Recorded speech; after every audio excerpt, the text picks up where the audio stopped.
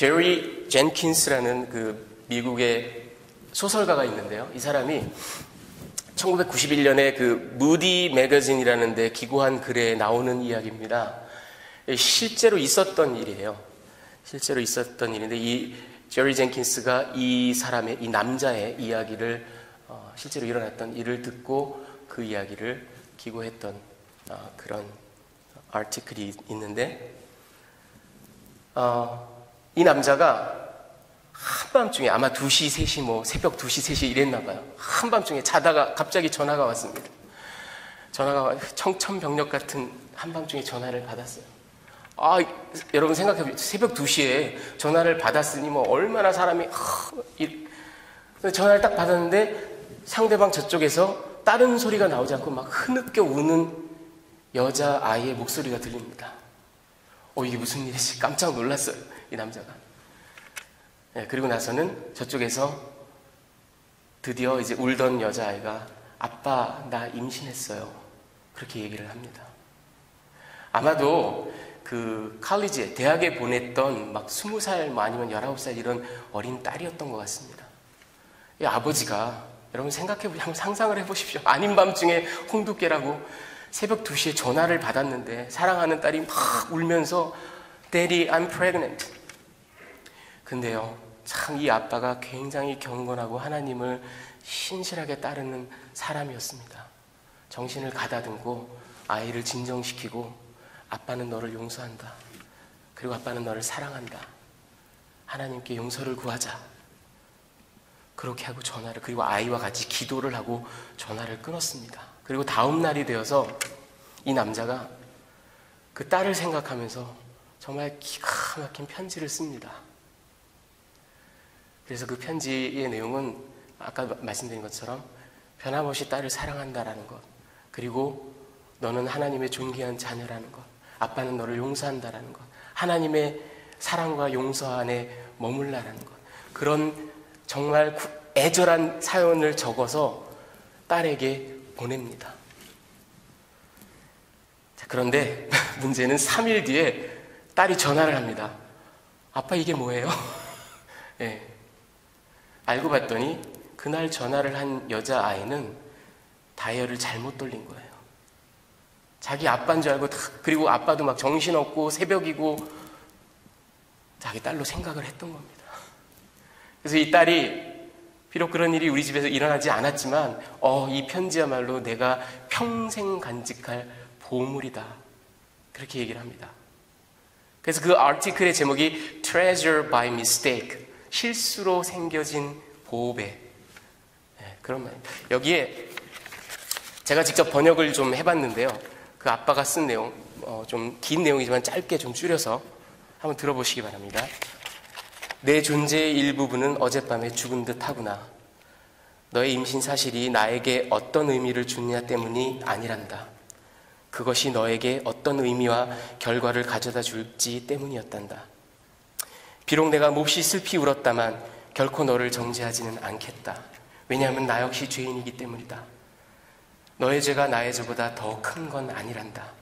그저 다를 뿐이지. 하나님은 이뿐만 아니라 어떤 죄악도 용서하신단다. 진실로 용서하시고 진정코 깨끗게 하신단다. 사단은 분명히 이 일로 내가 하나님 앞에 설 수 없다고 속삭였을 것이다. 절대로 그렇지 않단다. 다만 내가 모든 일을 주님 앞에 다 가지고 나와 고백할 때까지 그분과의 관계에는 영향을 미칠 수 있지. 엄마 아빠는 많이 기도하고 있다. 우리는 말로 표현할 수 없을 만큼 너를 사랑한단다. 그리고 언제나처럼 너를 존중한단다. 내가 너무 슬프고 지쳤던 지난 토요일 내 곁에 계시는 예수님의 형상을 보았다. 그분은 우리 곁에 계셨고 이 점을 꼭 기억하게끔 하셨지. 그는 우리를 지극히 사랑하시고 이 일 가운데 우리와 특별히 너와 함께 하시겠다고. 예수께서 우리와 동행하고 계심을 안다는 것이 얼마나 귀한 일이겠니. 하나님께서 우리의 실패를 야기하는 분은 아니지만 어떤 실패도 그분의 허용 없이는 일어나지 않는단다. 그리고 나는 분명히 안다. 그는 우리의 실패를 사용하셔서 우리가 경건하고 아름다운 성품을 쌓아가도록 이끄시는 분이라는 것을 기억하렴. 하나님은 이런 어려움 속에서조차도, 아니 특별히 이런 어려움이기 때문에 더욱더 그분은 사랑이시란다.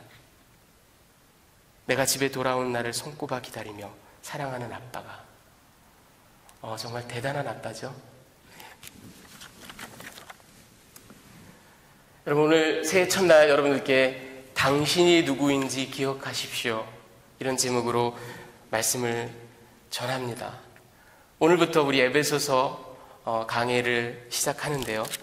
이 에베소라는 곳은 여러분 잘 아시다시피 사도 바울이 3년이나 그곳에 머물렀던 곳, 그리고 2차, 3차 전도 여행 때 사도 바울의 특별한 애정과 사랑과 헌신이 있었던 곳입니다. 여러분, 이 에베소서는 교회사에서 이건 구교나 신교나 다 공히 인정하는 바입니다. 교회사에서 가장 영향력이 있는 서신서, 편지 2편을 꼽아봐라. 그러면 로만 캐톨릭이나 프로테스탄트나 다 같이 로마서와 에베소서를 꼽습니다.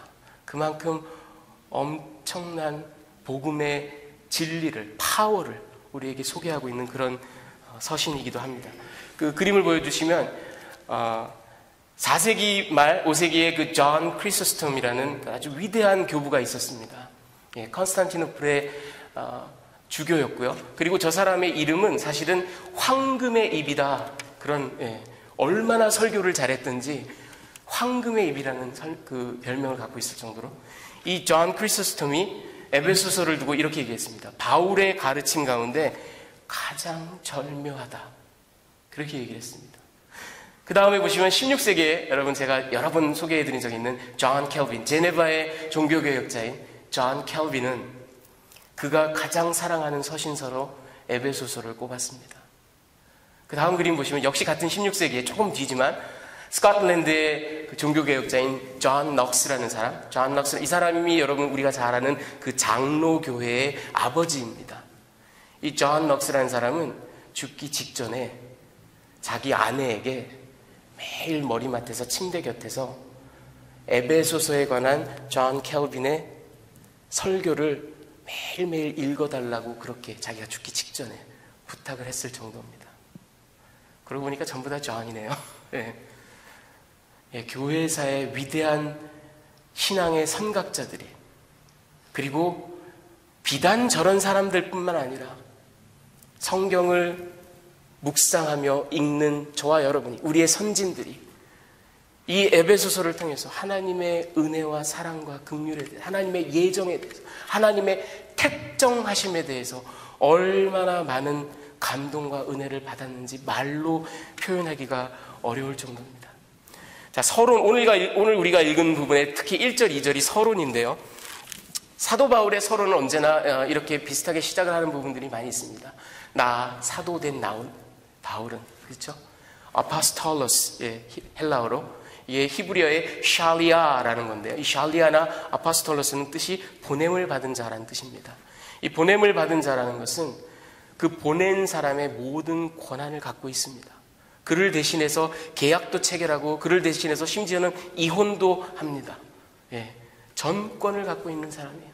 그런데 사도 바울이 나는 하나님의 뜻으로 사도된 바울, 그렇게 얘기를 합니다. 그리고 저기 보면 에베소에 있는 성도들과 그리스도 예수 안에 있는 신실한 자들에게 이렇게 하고 있는데요. 아주 초기의 사본을 보면 초기에 적어도 한 3개 정도의 사본에는 저 에베소에 있는 이라는 구절이 빠져 있습니다. 그래서 이게 진짜 에베소에 보낸 거 맞느냐, 뭐 이런 논란이 많이 있었던 것이 사실입니다. 하지만 이것은 이렇게 설명할 수 있습니다. 여러분, 아까 서두에도 말씀드린 것처럼 바울이 3년이나 그곳에 있었어요. 그 사람들을 속속들이 압니다. 그 교회를 속속들이 알아요. 그런데 참 특이하게 에베소서를 읽어보면 다른 바울의 편지처럼 내가 누구에게 무난하고 누가 어떻고 이런 얘기가 없어요. 퍼스널한 그리팅이나 이런 얘기들이, 아주 친밀한 그런 얘기가 전혀 없고 다소 포멀합니다. 이게 뭘 얘기하냐면 에베소라는 곳이 그 소아시아 서남부의 그 에게해에 연한 그런 도시로서 그 내륙으로 들어가는 모든 도시들의 아주 그 거점이 되는 아주 중요한 도시였습니다. 선교 전략상. 그래서 이 편지가 에베소를 위시해서 그 소아시아 지역에 있는 여러 교회들에게 회람하도록 그렇게 쓰여진 편지였기 때문에 어떤 사본들의 저 에베소에 있는 이란 말이 빠져 있었던 것입니다. 그리고 2절에 보면 은혜와 평강이 너에게 있어. 이것이 또 아주 바울의 특별한 그런 인사말입니다. 헬라 시대, 그레코 로만 시대 일반적으로 사람들은 카이레인 그렇게 얘기를 합니다. 그리팅을 기뻐하라, rejoice, 함께 즐거워하자, hello 뭐 이런 말이에요. 하지만 사도 바울은 그 카이레인하고 발음은 비슷하지만 전혀 뜻이 다른 카리스, 카이, 에이레네, 카리스 은혜와 평강, 에이레네, 에이레네는 히브리어의 그 샬롬을 헬라어로 번역한 말입니다. 에이레네, 은혜와 평강이 오직 하나님으로부터 오는 예수 그리스도를 통해서 우리에게 오는 은혜와 평강이 너에게 있을지어다. 이렇게 서론을 합니다. 자, 3절부터요. 사실은 여러분 오늘 우리가 다 읽진 않았는데 3절부터 14절까지 이 긴 글이요. 여러분 사실은 하나의 문장입니다. 헬라어로 하나의 문장이에요. 어마어마하게 긴 문장입니다. 오늘 우리가 3절에서 특별히 6절까지만 이렇게 끊어서 보려고 합니다. 그 이유는 뭐냐면요. 여러분 이 3절을 한번 보십시오. 찬송하리로다 하나님 곧 우리 주 예수 그리스도의 아버지께서 그리스도 안에서 하늘에 속한 모든 신령한 복을 우리에게 주시되. 여러분 세상 사람들은 새해가 되면 새해 복 많이 받으세요 이러죠. 오늘 하나님께서는 이 말씀을 통해서 저와 여러분에게 신령한 복을 받으라. 여기 사도 바울이 지금 이 3절에 얘기하는 게 여러분 이게 제가 삼중 축복 뭐 이렇게 얘기를 하는데 이게 무슨 뭐 네박 뭐 삼중 축 뭐 사중 축복 뭐 이런 책도 있고 그렇죠. 그런 걸 얘기하는 게 아닙니다. 예. 그럼 뭐 복 많이 받고 예수 믿으면 복 많이 받고 돈 잘 벌고 이런 얘기 하는 게 아니에요. 이 삼중 축복이라고 제가 얘기를 한 이유는 뭐냐면 이 헬라어로 율로게투스, 율로게아, 율로기아 이 말이 이 한 절 안에 그러니까 영어로 하면 blessed be God 하나님을 축복할지어다. 근데 우리가 피조물이 하나님께 blessed란 말을 쓸 때는 찬양한다 그런 의미입니다. Blessed be God who blessed us with every blessing 그런 말이에요. 그게 율로게토스, 율로게오, 율로기아입니다. 이 세 가지 말을 계속 반복해 가면서 우리 모두에게 이 신령한 복으로 우리를 축복하신 그 하나님을 축복하자, 하나님을 찬양하자 이런 얘기를 지금 하고 있는 겁니다. 자, 그러면서 그 다음 그림 보여주시면 이 3절이요 말하자면 3절부터 14절까지 그 긴 이게 하나의 큰 송가입니다. 하나님을 칭송하고 하나님을 높여드리는 아주 아름답고 기가 막힌 송령이에요. 그런데 이 3절이 말하자면 서머리예요. 서머리 스테이트먼트예요. 예. 율로게토스, 율로게오, 율로기아. 그렇죠? 그래놓고선 4절부터 6절, 7절부터 12절, 13절부터 14절 이렇게 세 개의 단락으로 나뉘는 걸 여러분들 댁에 가셔서 읽어보시면 아실 수 있습니다. 4절부터 6절까지는 성부 하나님의 선택과 예정을 얘기합니다. 그리고 7절부터 12절은 성자 예수님의 구속사역을 얘기합니다. 그리고 13절과 14절은 성령님의 인치심을 얘기합니다. 이게 6절로 12절로 14절로 끝난다는 걸 뭘 보면 알 수 있냐면 6절, 12절, 14절에 같은 후렴구처럼 반복되는 말이 있습니다. 영광을 찬송하게 하려 하심이라.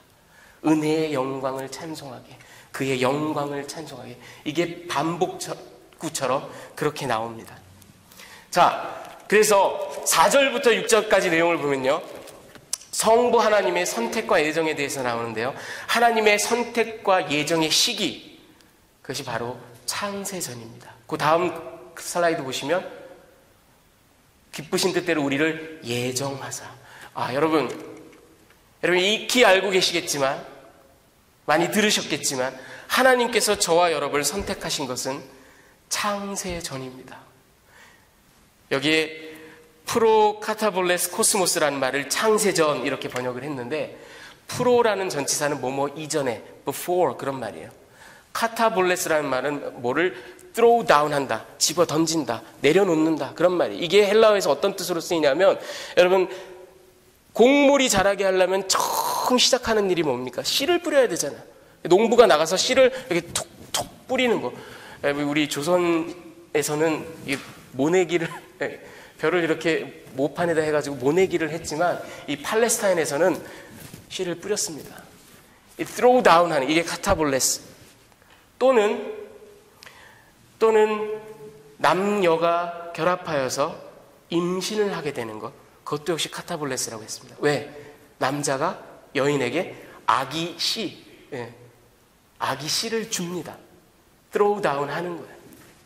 그리고 또 하나는 뭐냐면 이 카타볼레스가 어떤 의미가 있냐면 어떤 건물을 짓기 위해서 그러면 초석이 있어야 되잖아요. 파운데이션. 그 파운데이션을 짓기 위해서 이 코너스톤이 되는 큰 아주 중요한 돌을 확 갖다 내려놓는 거. 이게 카타볼레스예요. 근데 오늘 이 말에 사도 바울이 프로 카타볼레스 코스모스, 우주라는 이 어마어마한 건축물의 초석 카타볼레스가 놓여지기 이전에 그런 말입니다. 그때 저와 여러분을 선택하셨어요. 그리고 그 다음에 그 예정하다라는 5절에 우리를 예정하사의 그 예정하다라는 프로오리쪼라는 말인데 이 역시 프로 또 나오죠. 뭐 이전에 그런 말입니다. 이 오리쪼라는 말은 바운더리를 셋업한다 그런 말이에요. 그리고 determine 한다, 결정한다 그런 말이에요. 이게 바운더리가 오리쪼라는 여기에서 오늘날 현대 영어에 horizon이란 말이 나왔어요. 미리 바운더리를 설정하고 미리 determine 한다, 결정한다 그런 말이에요.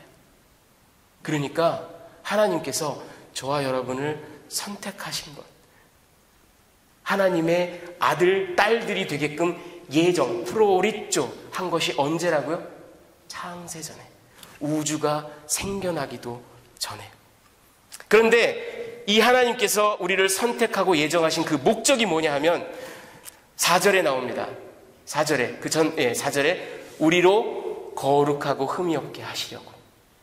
두 번째는 5절에 또 나옵니다. 5절에 다음 슬라이드. 자기의 아들, 딸이 되게 하시려고. 그리고 6절에 그의 은혜의 영광을 찬송하게 하려고. 이것이 우리를 택정하시고 예정하신 하나님의 목적입니다. 자, 여러분이 4, 5, 6절을 이렇게 봤어요. 성부 하나님의 그 택정에 대해서, 예정에 대해서 우리가 흔히 듣고 있는 그 predestination, 그거에 대한 설명입니다. 그런데 제가 이 말씀을 묵상하면서, 읽으면서, 연구하면서 제가 깨닫고 제가 나누기를 원하는 가장 중요한 가르침은 이겁니다, 여러분. 하나님께서 성부 하나님의 사역을 지금 설명하시면서 하나님께서 창세전에 우주의 기초가 놓여지기 전에 저와 여러분을 선택하고 부르시고 예정하셨는데, 이런 목적을 가지고 예정을 하셨는데, 여기서 가장 중요한 메시지는 저와 여러분의 됨됨이나 행위나 공로나 업적과 아무런 상관이 없는 하나님의 전적이고 일방적인 은혜를 지금 가르치고 계십니다. 보세요, 여러분. 첫 번째는 제가 이걸 근거로 말씀을 드립니다.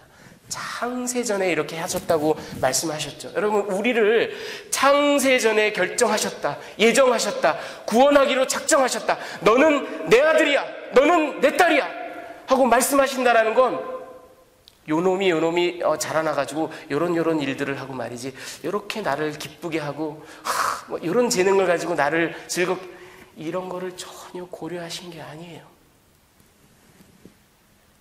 나의 행위가 드러나기 전에 일방적으로. 여러분, 로마서 9장 13절 한번 보여주시기 바랍니다. 사도 바울의 유명한 얘기가 있죠. 기록된 바 내가, 로마서 9장 13절에 나옵니다. 야곱은 사랑하고 에서는 미워하였다 하심과 같으니라. 여러분, 이게 사도 바울이 그냥 한 말이 아닙니다. 구약성경 말라기 1장 2절 3절에 나오는 말을 사도 바울이 인용했기 때문에 기록된 바, 저렇게 얘기를 한 겁니다. 이게 무슨 얘기예요? 하나님께서 내가 야곱은 사랑하고 에서는 미워, 그들이 아직 태어나기도 전에, 그들이 어떤 성품과 행실로 살아갈지 보여주기도 전에 나는 야곱을 사랑한다. 나는 그를 내 아들로 삼는다. 그를 통해서 구속의 역사를 펼쳐나갈 것이다. 하나님이 결정하셨어요. 그들의 행위를 보시기도 전에. 두 번째는 이겁니다, 여러분. 이 3절부터 6절까지의 성부 하나님의 이 놀라운 선택과 예정을 얘기하고 있는 이 구절에서 우리의 공로와 행위는 하나도 없지만 근데 여기에 확연히 드러나는 공로가 하나 있습니다. 그게 뭐냐 하면 en Christo, in Christ 그런 말이에요. 이게 3절에도 나오고 4절에도 나오고 6절에도 무려 3번이나 나오고 5절에도 dia Christu, 이거는 영어로 하면 through Christ 그런 말이에요. 역시 비슷한 의미를 우리에게 얘기하고 있어요. 그러니까 오로지 그리스도 안에서 그리스도가 하신 일을 통해서 그리스도의 대속을 통해서 너희의 행위와 아무 상관없고 너희의 사람됨과 됨됨이와 아무 상관없고 오직 내 아들 그리스도가 십자가에서 한 구속 사역 그거 하나만 보고 내가 너희를 선택한다. 아시겠죠 여러분? 다시 한번 창세전이라는 것도 그렇고 오직 공로는 엔 그리스도 예수 그리스도. 여러분 제가 거기 써놨는지 보여주십시오. 존 켈빈이 1548년에 이런 말을 했습니다. 우리가 그리스도 안에서 선택되었다는 말은 이것이 우리의 권한 받기라는 이야기다.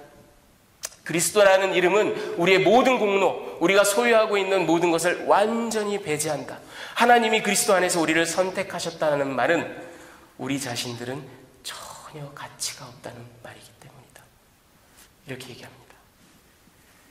자, 그리고 그 다음 세 번째 근거로 이겁니다.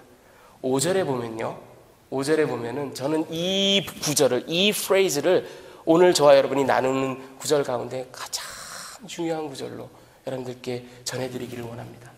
그 기쁘신 뜻대로.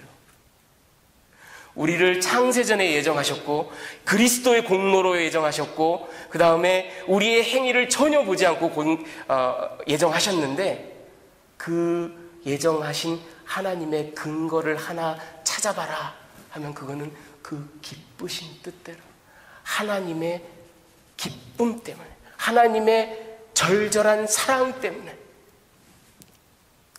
여러분 제가 개혁신학에 대해서 여러분께 많이 설명해 드리면서 특별히 그 아르미니아니즘에 대해서 여러 번 설명을 드렸어요. 자주 제 설교나 가르침에 많이 나옵니다. 제가 그렇게 하는 이유가 있어요. 여러분 교회에 아르미니아니즘이 너무나 많이 들어와 있어요. 하나님의 은혜를 다운플레이합니다. 우리의 행위와 의지와 결단을 강조해요. 하지만 성경 텍스트가 뭐라고 말하고 있는지 여러분 보십시오. 아르미니우스는 하나님의 선택을 어떻게 근거를 잡았냐면 그분의 전지하심. 그래서 그분의 foreknowledge, 미리 아시는 것.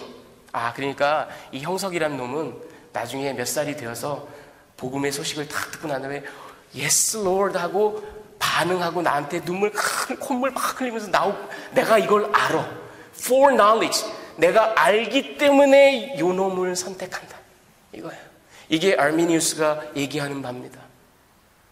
근데 여러분 그 기쁘신 뜻대로 우리를 예정하사 이 텍스트에서 그런 foreknowledge가 있습니까?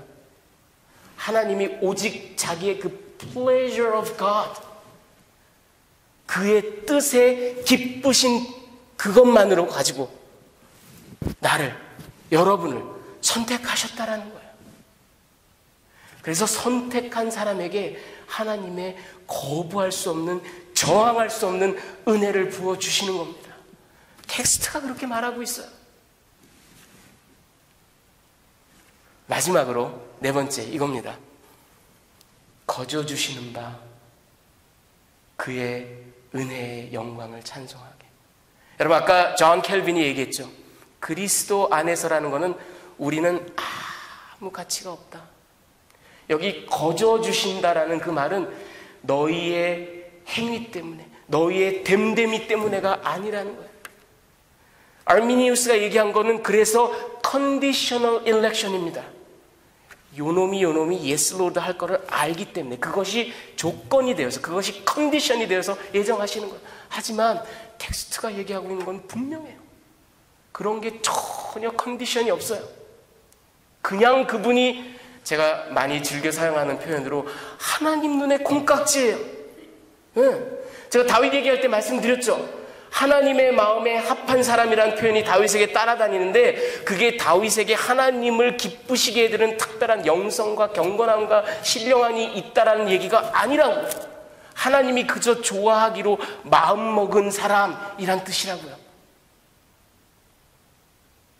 하나님 눈에 콩깍지예요.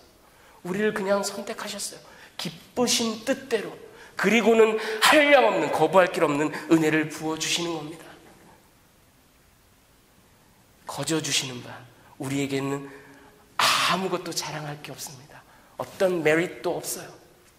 어떤 행위나 업적이나 공로도 없습니다. 우리의 믿음조차도 하나님께서 선물로 주셨다고 에베소서 2장 8절 9절에 나와 있어요. 제가 자격 없는 우리에게 주시는 하나님의 그 놀라운 은혜, 벌써 제가 생각하기에 뭐 세 번째 얘기하는 것 같습니다. 여러분 귀가 따가우시겠지만 그래도 들으세요. 어쩔 수 없어요.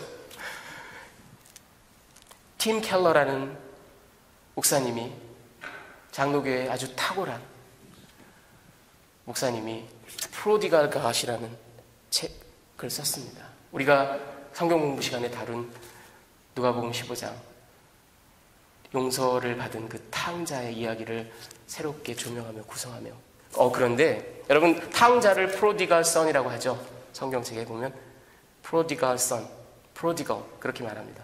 그런데 이분이 아주 도발적이게도 하나님을 감히, 하나님을 prodigal God, 이거를 우리말로 번역을 해놨는데 탕부 하나님, 그렇게 번역을 해놨어요. 이게 여러분 이해가 되십니까? 이게 이해가 되세요? 여기 책에 처음 시작할 때 보면은 팀 켈러가 친절하게도 prodigal이라는 형용사를 어떻게 설명을 하냐면 recklessly extravagant, 무슨 말이냐면 아주 무분별할 정도로 앞뒤 가리지 않고 흥탕망탕 마구마구 써대는, spending everything, 모든 것을 다 써버리는, 그게 prodigal이라는 형용사의 뜻입니다.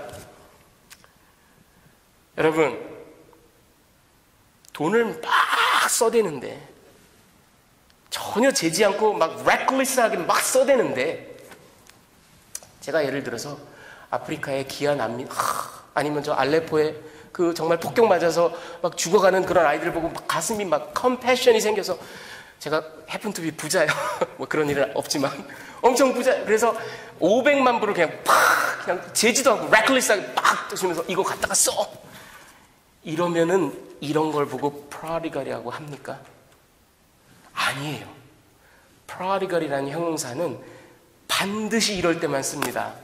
뭐냐 하면 가치 없는 사람, 가치 없는 일, 노름, 술, 주색 잡기, 이런 일에, 그러니까 탕자가, 누가복음 15장의 탕자가 먼 나라에 가서 주색 잡기 하고 못된 짓 하고 막 흥탕망탕 아버지 재산을 다 낭비하는 거를 prodigal son이라고 한 것처럼, prodigal이라는 형용사가 그 semantically 그 단어 자체가 갖고 있는 의미가 뭐냐면 하찮고 무의미하고 무가치하고 허접스러운 일에다가 마구마구 쓰는 거를 prodigal이라고. 팀 켈러가 그래서 하나님을 prodigal god이라고 한 이유는 이겁니다. 우리가 아무 가치가 없는데 여기서 하나님이 쓰시는 돈, 재화는 바로 하나님의 은혜예요. 그레이스가 하나님의 돈입니다.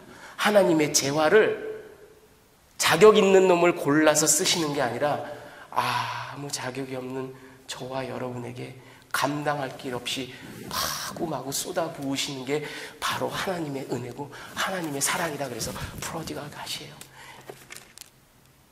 여러분, 이 텍스트가 얘기하고 있는 바가 이제 확 와닿으십니까?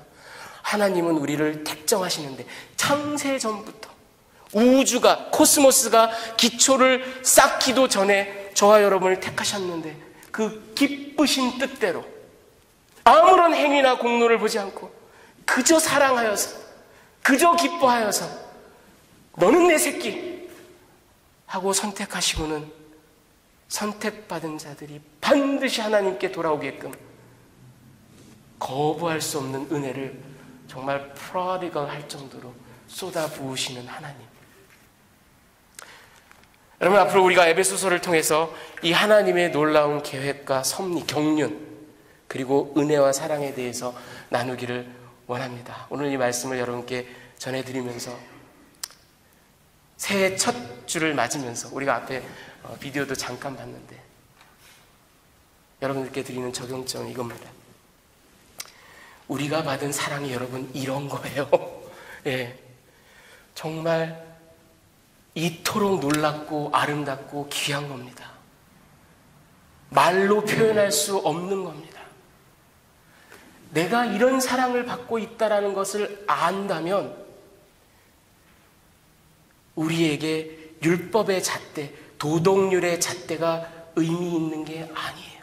하나님의 사랑과 은혜가 우리에게 선하게 살게끔 강권하시는 그런 힘이 되는 겁니다. 여러분, 우리가 어떤 사랑을 받았는지 늘 깨닫고 이해하고 감사하면서 사시기 바랍니다. 아까 편지를 제가 소개해드렸죠. 이 정말 아빠로서 정말 이런 편지를 쓸 수 너무 멋진 아빠. 그런데 제가 괜히 소개해드린 게 아니라요. 이 아버지는 하나님의 사랑이 이런 거라는 걸 somehow 알고 있었던 사람인 것 같습니다. 그리고 힘들지만 여러분, 그게 얼마나 금쪽 같은 딸이, 19살, 20살 금쪽 같은 딸이 얼마나 기가 막힐 소식이에요. 그럼에도 불구하고 그 하나님의 거저주시는 사랑, 나의 됨됨이를 보지 않고 일방적으로 베풀어 주시는 그 사랑을 알고 있었던 이 아버지는 딸에게도 힘들지만 사단이 뭐라고 얘기하든 속지 말아라. 너는 존귀한 딸이다. 나는 변함없이 너를 사랑한다. 하나님은 너를 가까이 하기 원하신다. 하고 선포하는 그 아버지. 네가 누구인지 알아야만 한다. 제가 신학교 다닐 때 우리 신약을 가르쳤던 아주 탁월한 교수님이 한 분 계십니다. 남침내 교회에서는 너무나 탁월하셔서 아주 명성이 나 있는 그런 교수님이신데, 이분이 자기 티네이저 아이들이 이제 자랄 때 아이들도 뭐 이제 뭐 파티 있어 뭐 그러고 가고 막 기가 막히게 치장하고 가고 뭐 난리를 치면 아빠로서 되게 이제 걱정이 된다 이거예요. 아무리 내가 여기서 신앙교육 잘하고 했지만 애들하고 휩쓸리다 보면 어떻게 될지 알 수 없는 게 청소년들. 그때는 뭐 막 호르몬이 그렇게 나옵니다. 그때 이 교수님이 자기는 이렇게 했다고 얘기합니다. 떠날 때 파티에 가고 막 이렇게 나갈 때 I remember who you are. 딱 한마디. Remember who you are. 네가 누구인지 기억하렴. 사랑하는 예담의 모든 귀한 성도님, 여러분이 누구인지, 어떤 사랑을 받고 있는 존재인지 기억하시기 바랍니다. 같이 기도하시겠습니다.